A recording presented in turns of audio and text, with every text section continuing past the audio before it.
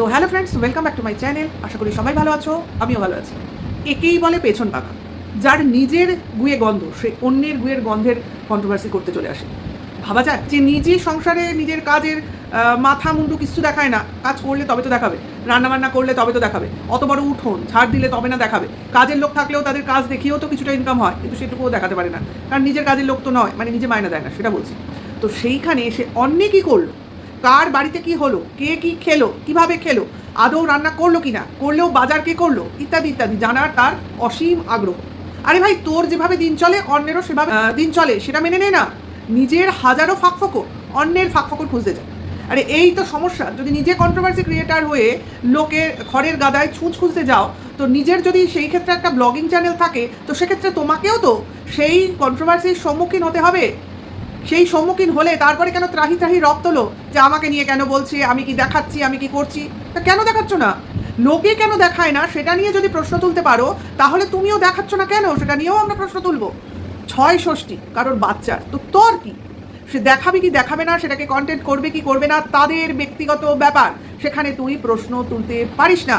যেটা সে তার ব্লগিং চ্যানেলে দেখাবে সেটাকে নিয়ে যদি বলার থাকে তো বল, তাহলে কারোর কিছু এসে যায় না। কিন্তু তোর তো অতিরিক্ত জানার ইচ্ছা, অতিরিক্ত ভেতরের খবর শোনার ইচ্ছা, কারণ এখন তো আর ফোনালাপ হয় না।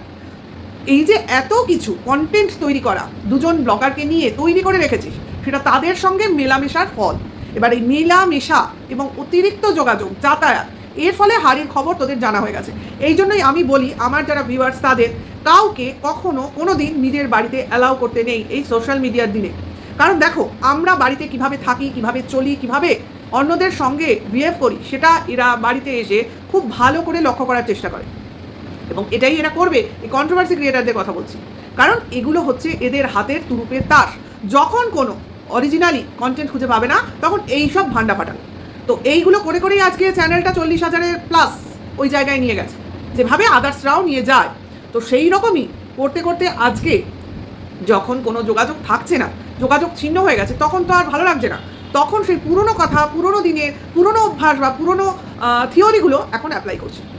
দেখো, আমরা সবাই জানি মারুর একটা হিন্দু ফ্যামিলিতে বিয়ে হয়েছে, সে নিজে মুসলিম ফ্যামিলি থেকে বিলং করে। সো হোয়াট, তার বিয়ের পর তার অস্তিত্ব চেঞ্জ হয়ে গেছে এবং তার সন্তানটাও হিন্দু ফ্যামিলিরই হয়ে গেছে। মানে আমরা যেরকম আমাদের ক্ষেত্রেও হয়, আমাদের যে আমি বলছি আমাদের গোত্রান্তর নিয়ে, যেমন বিয়ে হয় দুটো অন্য গোত্রের মানুষের মধ্যে, আমাদের যেহেতু আমরা ব্রাহ্মণ সম্প্রদায়ের মধ্যে পড়ি, একই টাইটেলে বিয়ে হবে না। এক টাইটেল হলেও যদি গোত্র আলাদা হয় তবে সেখানে বিয়ে হতে পারে। হ্যাঁ, তো এরকমও তো হয় অনেক সময়, টাইটেল দেখবে বাপের বাড়ি শ্বশুর বাড়ির একই, কিন্তু গোত্র আলাদা, সেক্ষেত্রে বিয়ে হবে। আবার অনেক সময় টাইটেল পৃথক কিন্তু গোত্র এক, সেখানে বিয়ে হবে না। অর্থাৎ এখানে গোত্রটা প্রায়োরিটি পায়। তো সেক্ষেত্রে আমরা যখন সম্প্রদান হয়ে যায় বিয়ের সময় আমাদের, অর্থাৎ আমাদের যখন গোত্রান্তর হয়ে যায়, ঠিক সেই মুহূর্ত থেকেই আমাদের বিয়ের সমস্ত নিয়মকানুন শ্বশুর বাড়ির নিয়ম মেনেই হয়। অর্থাৎ আমার বাপের বাড়িতে কী নিয়ম আছে না আছে তাতে আমাদের কিচ্ছু যায় আসে না। তখন আমাদের সব কিছু, এমনকি আমাদের শ্বশুরবাড়ি যাওয়ার যে নিয়ম, সকালে যাব না বিকেলে যাব না সন্ধ্যেবেলা যাব, সেই ব্যাপারটাও শ্বশুরবাড়ির নিয়ম মেনেই করা হয়, সিঁদুর দানটা অবধি সমস্ত কিছু। গোত্রান্তরের পরে যা কিছু হবে। তাহলে এখানে মারুর যখন বিয়ে হয়ে গেছে, তার সন্তান জন্মে গেছে, সেখানে তার সন্তানের ক্ষেত্রে যা কিছু নিয়মাবলী থাকবে, এবং ইভেন মারুর ক্ষেত্রেও সমস্ত কিন্তু তাদের শ্বশুর বাড়ির নিয়ম মেনেই হবে। এবার সেক্ষেত্রে সে বাপের বাড়িতে থাকছে, সেটা মুসলিম ফ্যামিলির বাড়ি হলেও কিছু যায় আসে না, কারণ তার নিয়মটা বা যা কিছু করণীয় তার শ্বশুরবাড়ির লোকই করবে। এবার সে সেটাকে দেখাবে কি দেখাবে না সেটা তাদের ব্যক্তিগত ব্যাপার। তবুও তো বলেছে ৬৬ কথাটা, যেটা হয়তো মুসলিম ফ্যামিলিতে নেই, যতদূর আমার জ্ঞান ততদূর থেকে বলছি, কিন্তু তবু তো বলেছে। আরে ভাই, একটা পুজো দিতে হয় জানি, তার জন্য পুরুত আসার দরকার হয়ে পড়ে না। ও যে বলছে একটা পুরুত আসলো না কেন, তা তুই জানবি কি করে আসলো কি আসলো না?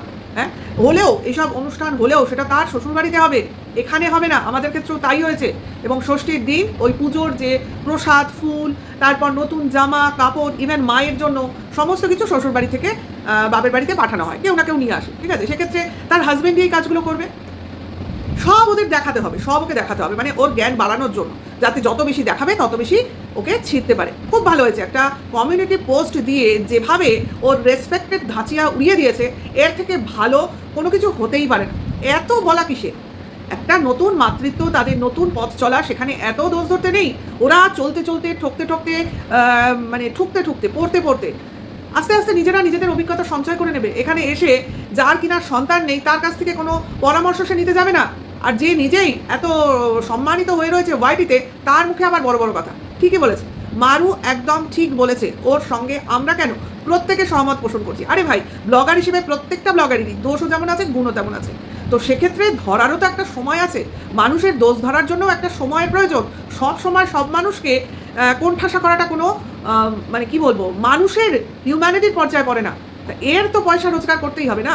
14-15 হাজার ভিউজের একটা লোভ লেগে গেছে না, কাজেই যত বেশি বাজে কথা বলতে পারবে তত ভিউয়ার্স একে ফলো করবে। এ কি ভেবেছে বলো তো যে আমার ভিউজ বেশি হচ্ছে, কন্ট্রোভার্সি ক্রিয়েটর হিসেবে আমি মহান কারণ আমার ভিউজের পরিমাণ বেশি। আরে ভাই, কেন তোকে লোকে দেখে সেটা কি তুই একটু ভালোভাবে চিন্তা করে দেখেছিস?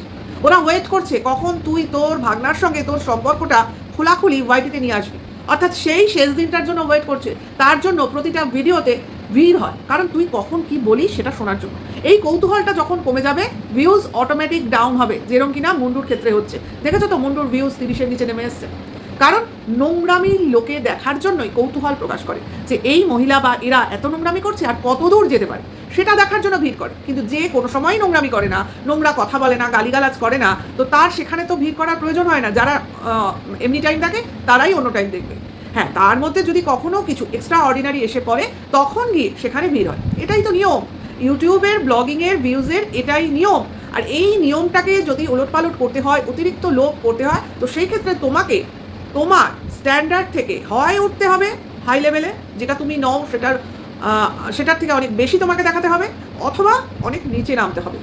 মধ্যবর্তী অর্থাৎ মিডিওকার জিনিসটা কিন্তু মানুষ সেভাবে পছন্দ করে না। তার জন্য দেখবে ব্লগিং যারা করে, খুব দুস্থ যারা কিনা লড়াই করছে, তাদের দেখবে ভিউজ একটা ভালো হয়। আবার অতিরিক্ত হাই স্ট্যাটাস, হাই লেভেলের লোকজনদের ভিউজ বেশি হয়, কারণ তাদের হাই প্রোফাইল লাইফস্টাইল দেখার জন্য। তো এটাই নিয়ম আমাদের, এটা মেন্টালিটি আমরা যেটা নই আমরা সেটা দেখার জন্য দৌড়ই। আমরা সারাদিনে কি করি সেটা দেখতে আমরা অতটা ভালোবাসি না। আমরা মনে করি আমাদের থেকে যারা কমা আছে তারা কিভাবে সার্ভাইভ করছে, অথবা সেই হাই লেভেলের লোকজন না জানি কত বড় সুখে আছে, তো তাদের লাইফস্টাইল আমরা ফলো করি। তো এগুলো হচ্ছে হিউম্যান মেন্টালিটি, যেগুলোর মধ্য দিয়ে আমরা যাচ্ছি, এবং ইউটিউবের কল্যাণে প্রত্যেকের মেন্টালিটি আমরা খুব ভালো করে পর্যালোচনাও করতে পারছি। তো মারুর গতকালকের কমিউনিটি পোস্টটা দারুণ একটা কি বলবো উত্তর ছিল ওই ভগ্ন মামির জন্য। ঠিক আছে, কারণ যার নিজের কোনো সম্মান নেই সে অন্যকে প্রশ্ন করে তুই কেন কাউকে রেসপেক্ট করিস না, এই প্রশ্নটা সে করতে পারে না, কারণ তার নিজেরই কোনো সম্মান নেই। অনেকেই বলে শুনি এই সু কোনো রকম অন্যায় করেনি, তার জন্য ওয়াইটিতে টিকে আছে। অ্যাকচুয়ালি নির্লজ্জ মহিলা বলে ওয়াইটিতে টিকে আছে। যদি কোনো ভদ্র মহিলা হতো তাহলে তার নামে এইভাবে প্রমাণ নিয়ে যদি কেউ অহরহ প্রচার চালাতো, তাহলে সে আর মুখ দেখানোর কথা ভাবতেও পারতো না। আরে ভাই, তার বর নাকি রোজগার করে, সে নাকি বিজনেস করে, তাহলে তার এইভাবে অপমানিত হয়ে নোংরা সমালোচনার মধ্যে থেকেও একজনও ভালো কথা বলে না, একজন বাদ দিয়ে। যারা কিনা ভাবছে যে 100 জনের মধ্যে যদি 2 জন আমরা একটু অন্য কথা বলি তাহলে যদি আমাদের ভিউজ হয়, কিন্তু সেটা তো সবসময় সম্ভব হয় না যদি না তোমরা সঠিক বলো। তাই তোমরাই এক সময় এর বিরুদ্ধে এত কথা বলে রেখেছো, তারপরে সে একেই আবার প্রশংসায় জর্জরিত করে ফেলতে চাইছো সবার দ্বারা, সেটা তো সম্ভব হয় না। তার জন্য এর ফলে এদের দুটো মুখের পরিচিতি সবার সামনে পরিষ্কার হয়ে যাচ্ছে।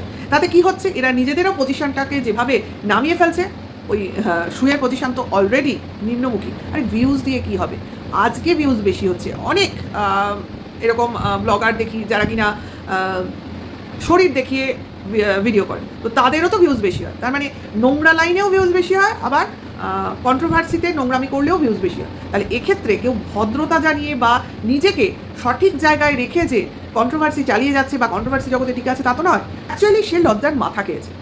লজ্জা তার কোনোদিনই ছিল না, নাহলে এরকম নোংরা সম্পর্কে সে কোনোদিনই যেতে পারতো না। যার নিজের ফ্যামিলির কাছে লজ্জা নেই, তার অন্য লোকের কাছে লজ্জা থাকবে কী করে? সে তো আর নিজে সবার মুখোমুখি হচ্ছে না। তো অনলাইনে কে কী বলছে, মারুগুলি, এরকম তার একটা প্রতিক্রিয়া আমরা দেখতে পাচ্ছি। তো দেখো, আজকে অনেকেই বলছে আজকে এই সু যদি নোংরামি করতো তাহলে কি তার বর সব জেনেও তাকে মেনে নিতে পারতো? হ্যাঁ, এটা খুবই একটা ন্যায্য কথা, যেটার সঙ্গে সহমত পোষণ করা যায়। কিন্তু এটাতে তখনই আমি সহমত পোষণ করতে পারতাম 100% যদি না এই মুন্ডু সুন্ডুকে দেখতাম। কারণ এই একই ঘটনা মুন্ডু ঘটিয়েছে, সুন্ডু অ্যাকসেপ্ট করে নিয়েছে। তো তারা কেন ফুল ফ্যামিলি মুন্ডুকে অ্যাকসেপ্ট করে নিল এত নোংরামি সত্ত্বেও? কারণ পয়সা, কারণ রোজগেরে গিন্নি, কারণ বর বেরোজগেরে। সেরকম রোজগার করে না, সংসার টানতে পারবে না। কাজেই সেক্ষেত্রে একটাই কথা, পয়সা, রোজগার, অর্থ উপার্জন। এই জন্য অনেক ফ্যামিলি, অনেক হাজবেন্ড তাদের বউয়ের নোংরামি সত্ত্বেও তাদের অ্যাকসেপ্ট করে যদি ব্লগার হয় অন ক্যামেরা নাটক চালিয়েই যায়। অফ ক্যামেরা কি হচ্ছে আমরা কিন্তু দেখতে, শুনতে, বুঝতে যাচ্ছি না।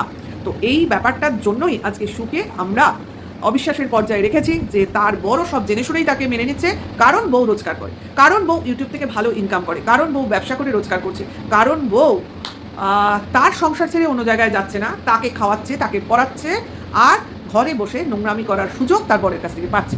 তো এটুকুই বলার ছিল। কেমন লাগলো অবশ্যই জানিও। ভালো লাগলে like, comment, share and hype করো। সবাই ভালো থেকো, সুস্থ থেকো, সাবধানে থেকো। এখনকার জন্য এইটুকু। Tata, by.